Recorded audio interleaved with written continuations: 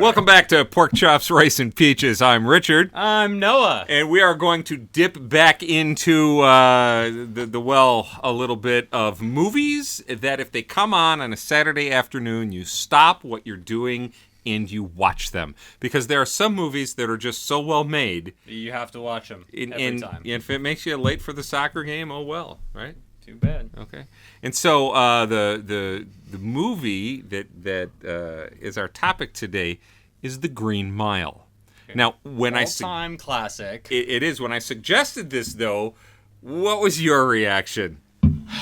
Well, my reaction was, why are you trying to make me cry again? Right.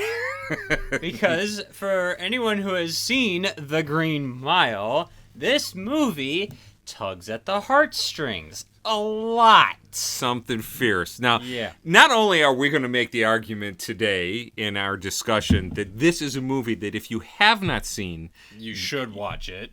And if you have seen it, ask yourself, how long has it been? You should probably revisit it. It's that good. And I think I can say that this is as close to a perfect movie as has been made. Yep. And I don't say that lightly because if you've watched us for any length of time, you know I'm a kind of a hard critic on movie making. Now, before we get into that, I do want to detour slightly and say thank you, everyone. We just recently hit 500 subscribers. It has been absolutely insane to watch. And it means a lot to me. I don't know about you. Okay. So, I know it means a lot to you as well. It means a lot to me. It's gratifying. We did not set out to do this to chase subscribers. We took what we do at home and we put it in front of a camera. It's pretty much it.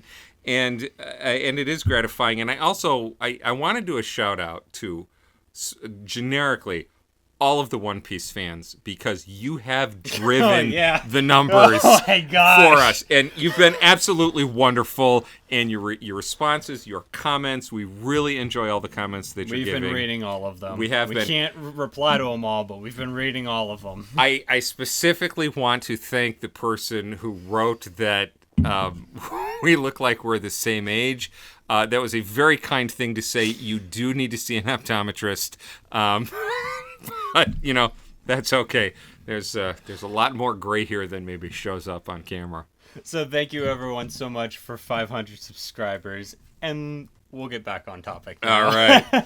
So The Green Mile, a 1994 film based... 1999 film. And 4 book. You have? Yeah, no, see, I was looking at that right there. I see. So it's a 1999 film based on the Stephen King serialized novel of the same name, The Green Mile, which came out in 6 installments in 95 or 96. Okay.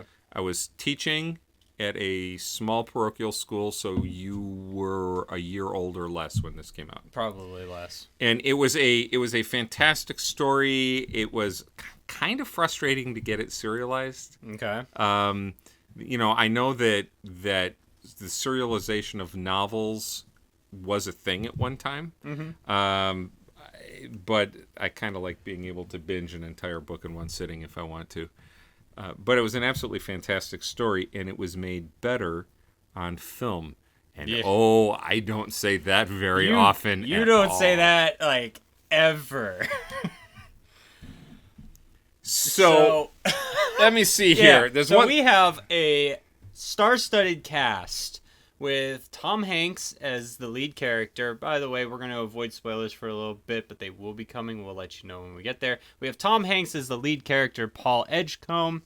We have Michael Clarke Duncan as John Coffey, like the drink, just not spelt the same. David Morse, Sam Rockwell, Mr. Noodle, the original Mr. Noodle. Okay. For all my fellow babies who grew up on that Sesame Street and that version of Elmo's World. Not his brother, Mr. Noodle, just Mr. Noodle.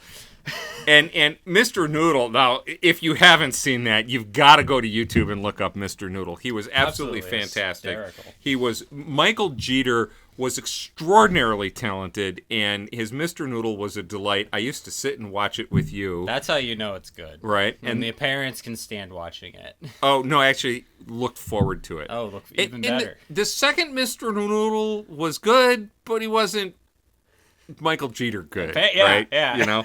So then we get Michael Jeter playing this character, Edouard Delacroix, a Cajun murderer who's on death row and who experiences one of the most gruesome executions you will ever see on screen. And so we've traumatized him. Yeah, I was not prepared for that. It'd be like watching Morgan Freeman. If your only exposure to him was the Electric Company, the original run, if you just watched him go to the guillotine. That's about the same react. That's about the react. That would have been my that would have been mine. I think I told you off camera once before about Morgan Freeman that if I ever met Morgan Freeman with all of his talent and that incredible voice and that phenomenal diction and all the entertaining roles he's played, if I had 30 seconds with him, I would say thank you for helping me learn how to read, because that's how I remember more than anything else. Electric Company, easy reader. Yeah. It was, that was my childhood, you know. Now, there's plenty of other people. I have the cast list pulled up. There are so many A-list talents in this movie, and they all give outstanding performances. Like, essentially the performances of their entire lives. For most of them. For most of them. I was saying that's saying a lot with Tom Hanks. That's saying a lot with Tom Hanks. He's legendary, but has a lot of legendary roles. I did not find Forrest Gump as enjoyable as this movie overall. Whoa! Yeah. Whoa! Hot take. I like this movie better than Forrest Gump. Wow. Okay.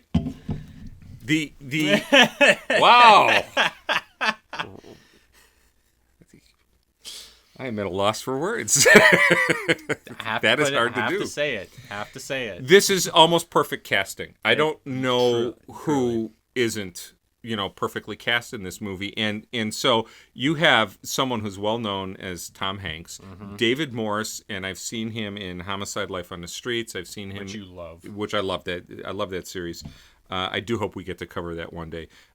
He was in the John Adams miniseries. He played George Washington. It was a fantastic role. He is absolutely excellent in this movie. Yeah. And we know these names. And then for me, a relative newcomer was Barry Pepper, who played one of the prison guards named Dean Stanton. Yep. And I don't know that there was a moment that he was on screen where he wasn't captivating your attention. Yeah. And that's the thing about all of these people. They're doing such a good job. And kudos to Doug Hutchinson, who played Percy Wetmore.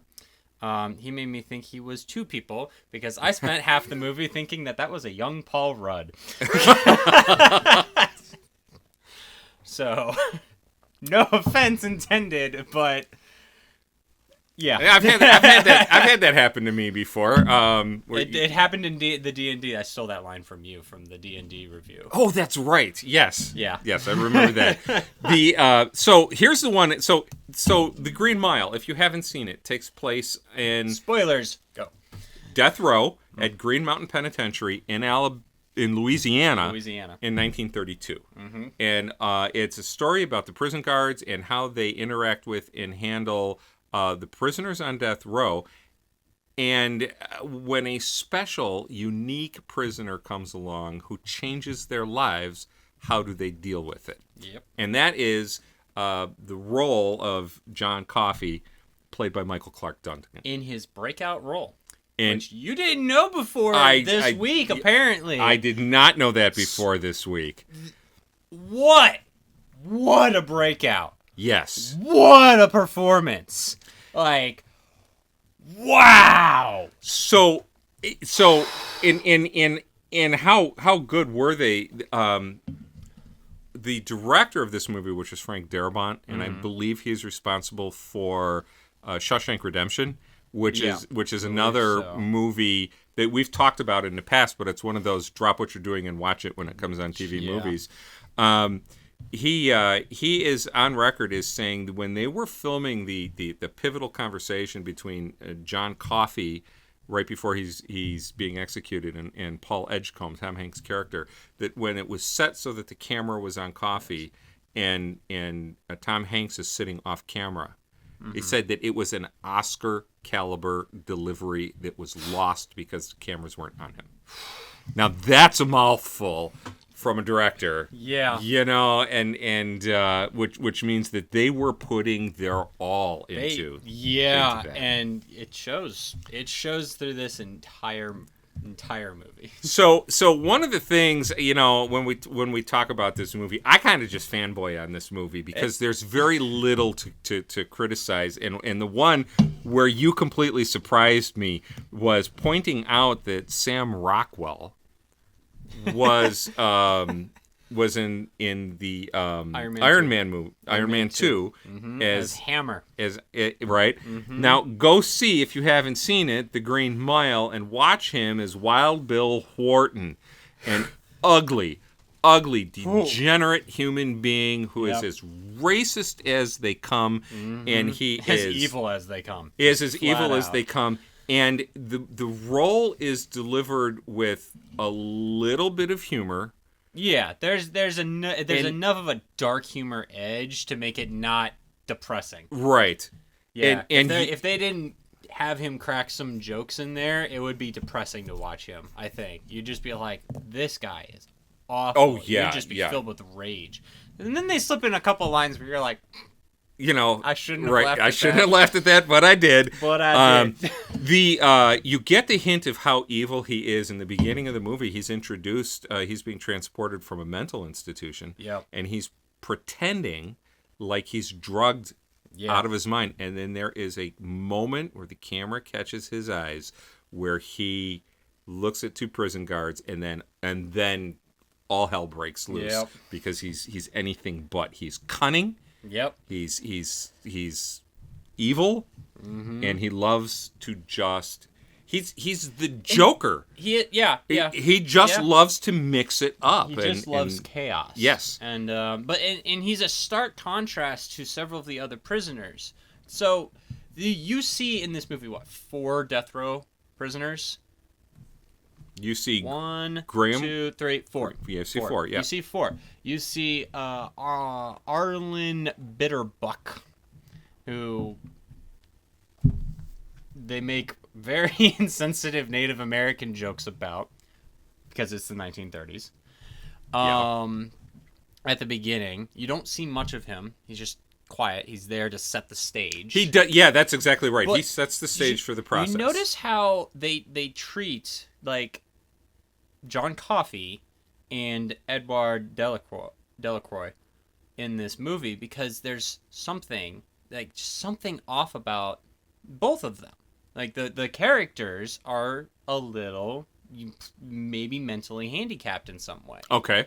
And you see that the guards don't hold any animosity towards them, except for Percy, but you have to have that one character. Right. But like the rest of the guards, who are all sane, rational, normal human beings, are like looking at these people who are accused of all these horrible crimes, and they're still treating them like human beings. And the movie not only humanizes the prisoners, except for except for Wild Bill.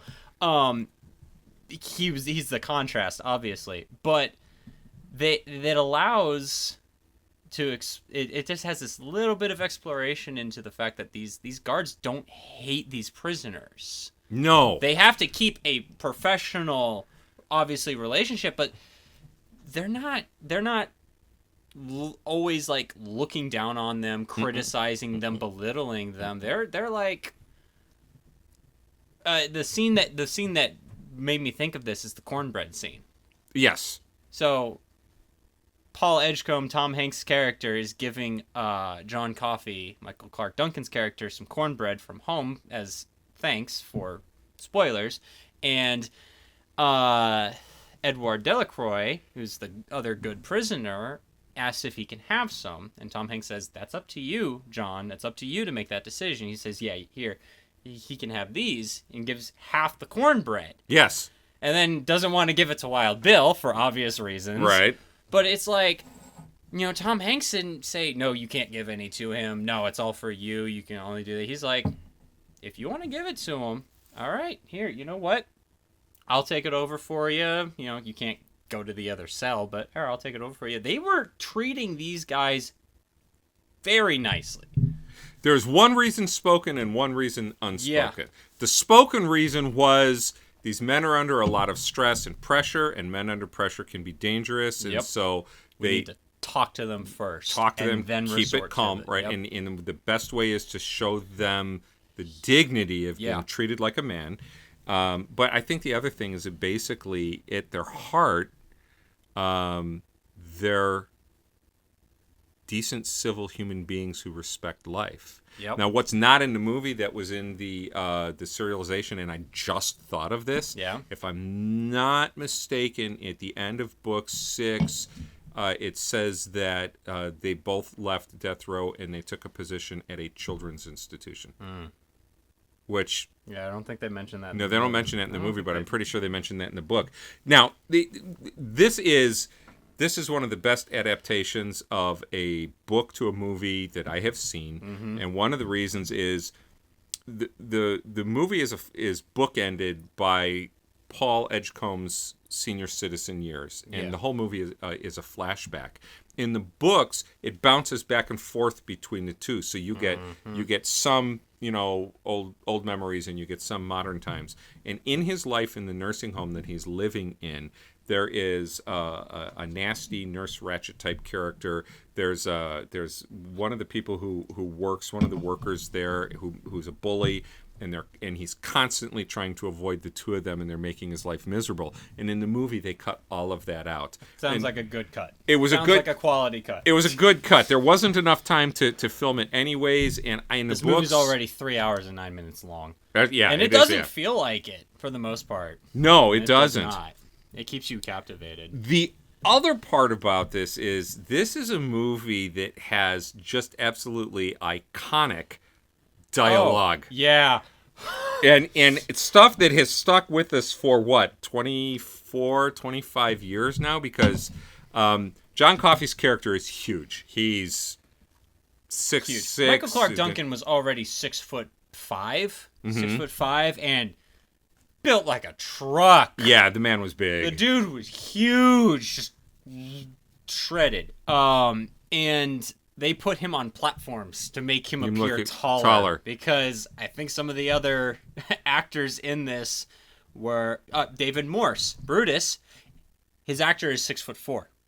And he looks small compared to John Coffey. He looks tiny compared to Coffey. He does. So that's why they put him in platforms. Well, yeah, I could see where that would be something they had to do. When Michael Clarke Duncan's character is introduced, all the guards go back to the office, and Paul Edgecombe says, "So, what do you know about this new guy besides how big he is?" Yes. And David Morse looks at him with a smile on his face and says, "Monstrous big." And that is one that your mom and I break out regularly in the right situation. The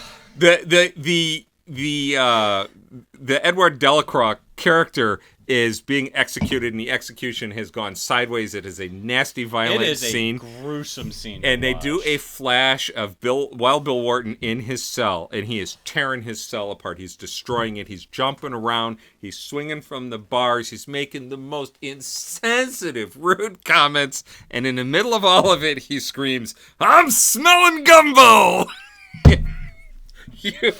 You've got to have a slightly dark sense of humor to appreciate. It slips in. You're like, oh no, and then it slips back to the trauma. Right. So one of the things they establish in the beginning of the movie, and they establish it with the execution of Arlen Bitterbuck, is that they get the condemned out of the cell block for the afternoon, so that they can do a couple of practice runs of the execution. Yeah. And they use, for their practice run, this old prisoner who is not on death row. Nope. Played played by Harry Dean Stanton. Harry Dean Stanton, and his character's name is Toot Toot. And Toot Toot provides this absolutely hysterical running dialogue. Walking the mile, walking the mile, walking the green mile. And he gets down on his knees where they're giving the condemned time to say prayers. And he's on his knees saying, getting right with Jesus. I mean, it's you can see that taking place in a prison. Mm-hmm. Oh, yeah. Right. Totally can. You know, and done not disrespectfully, but with a tremendous amount of a subtle touch. Yeah. All right. So, we've got... You got a little time left. Well, no, so there's a couple other things. So I have a whole bunch of notes here. And there's a couple of things.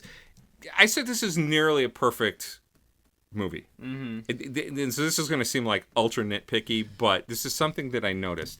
This movie takes place in 1932 Louisiana, and John Coffey, as a black man, is found guilty and condemned to die for murdering 2 young white girls. Yeah. And when a posse of white men find him in the woods, sitting with the girls in his lap, crying, and saying, all he can say is, I tried to take it back, but it was too late.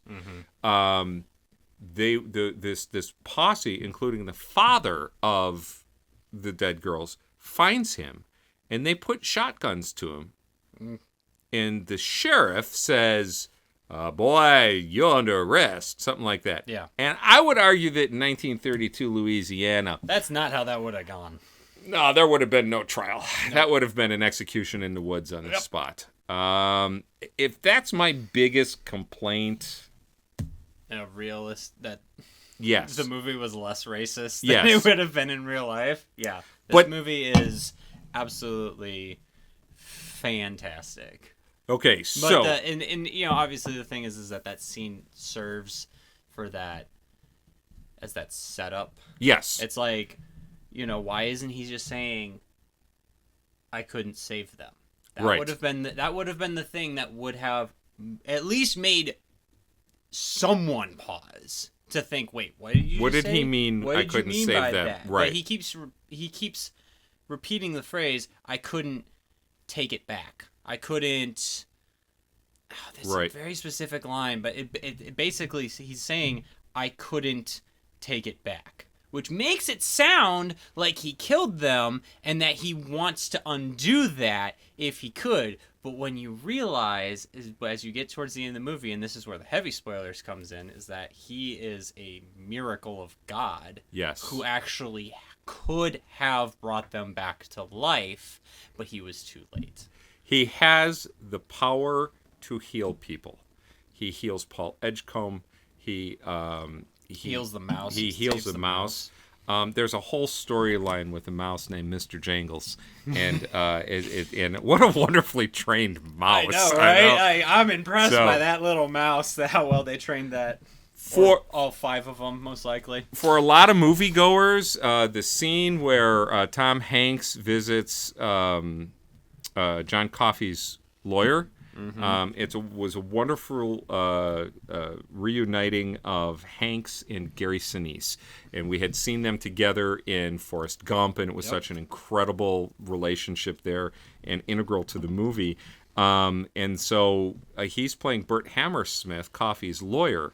And as polite and southern gentlemanly and sophisticated as he is, when they start talking about John Coffey, he compares Negroes to mongrel dogs and makes this very rational sounding argument, lawyer sounding argument that is just dripping with racism. It's so horrible. And you sit there and part of your mind is like, I can't justify this because he's coming across as such a nice guy, but he's got the charisma and he's got the calm tone and he's so authoritative on the subject. Like, he sounds like he knows what he's talking about, but and you hear the words he's saying and you're like, bro, I want to punch you. Yeah. Yes. Jeez. So all around, fantastic performance there. Oh yeah, In it's like incredible. 5 minutes. So this movie, and I'm gonna, I know I'm gonna aggravate you with this comment, because I'm going to touch one of your raw nerves. This movie is probably the best film example of communication through subtle facial expressions. Yeah, I know where you're going with this. Okay, so but- so I mean, they convey so much with a glance, with a look, right. with an expression, all throughout this entire movie, and all of the actors. It's not just one or two. This is what makes the casting so fantastic, in the directing to elicit all of that. Yeah, like Michael Clarke Duncan Steppen, they get him outside the prison for a little bit towards the climax of the movie. Oh yeah. And when they take him outside and he looks up at the stars, the look of pure joy on that man's face. Yes. And Give him an Oscar. Just that scene. The scooping up. He's such a gentle giant. He scoops up a handful of dirt and leaves and sniffs it and holds it out to the prison guards to smell, because he's taking such delight in this simple aspect of life. Of being out in nature. Yes. And the briefest glimpse of freedom that he has. So I have to deliver on the promise. Yep. One of the reasons that I liked Brie Larson as Captain Marvel so much is because of her ability to convey so much with an expression. And he's not a fan, and I'm a huge fan.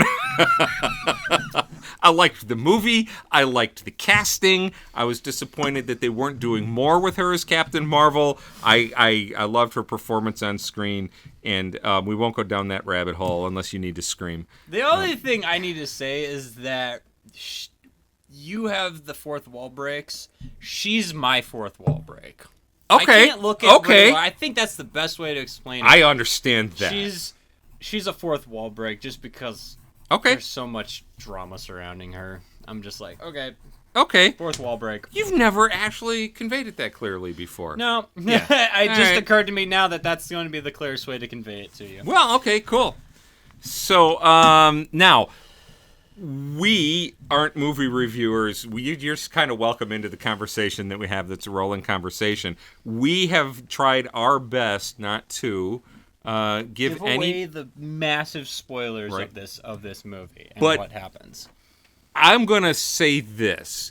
If you made it through the Green Mile, or if you go watch it and you make it through the Green Mile without shedding a single tear, and I strongly suggest an entire box of Kleenex, I want to hear from you. I want to hear from you in the comments, And because... then I want the police report because there's something wrong. I want the psychologist report. I can't rewatch this movie without getting choked up at certain points. See, and I wasn't bawling this second go round, this new go round that I was watching it. I wasn't like bawling like I was the first time. I was a mess the first time.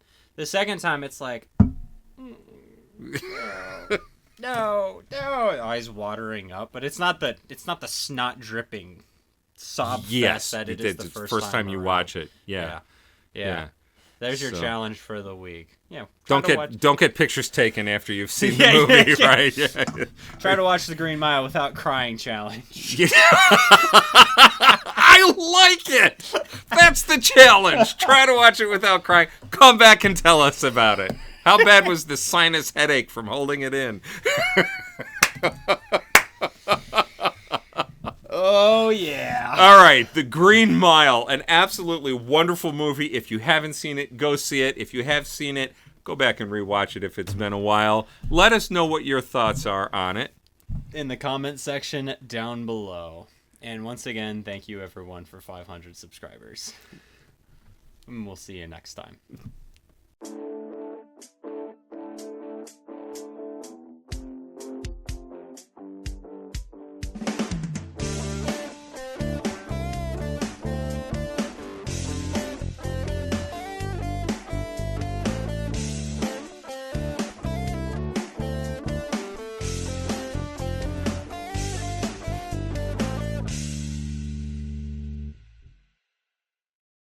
Have you ever noticed that it is a staple of Tom Hanks films that he has to have a scene of him peeing?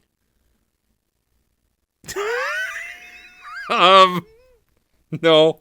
You think about that for a second. Enjoy that thought process, because I had a friend a long time ago point that out to me, and we went through it. Big, got one. Green Mile, it's a freaking plot point. Right. Apollo 13, yup. Okay. I'm pretty sure it happens in Forrest Gump. Pretty sure he's got to seen it. It might be the only one where he doesn't. But it's a staple of he does, live action Tom Hanks. He does ask Nixon where the bathroom is. Yeah. Does he have it written in his contract? Must include pissing scene. That's my question for the 30 seconds with Tom Hanks. You have far too much time on your hands.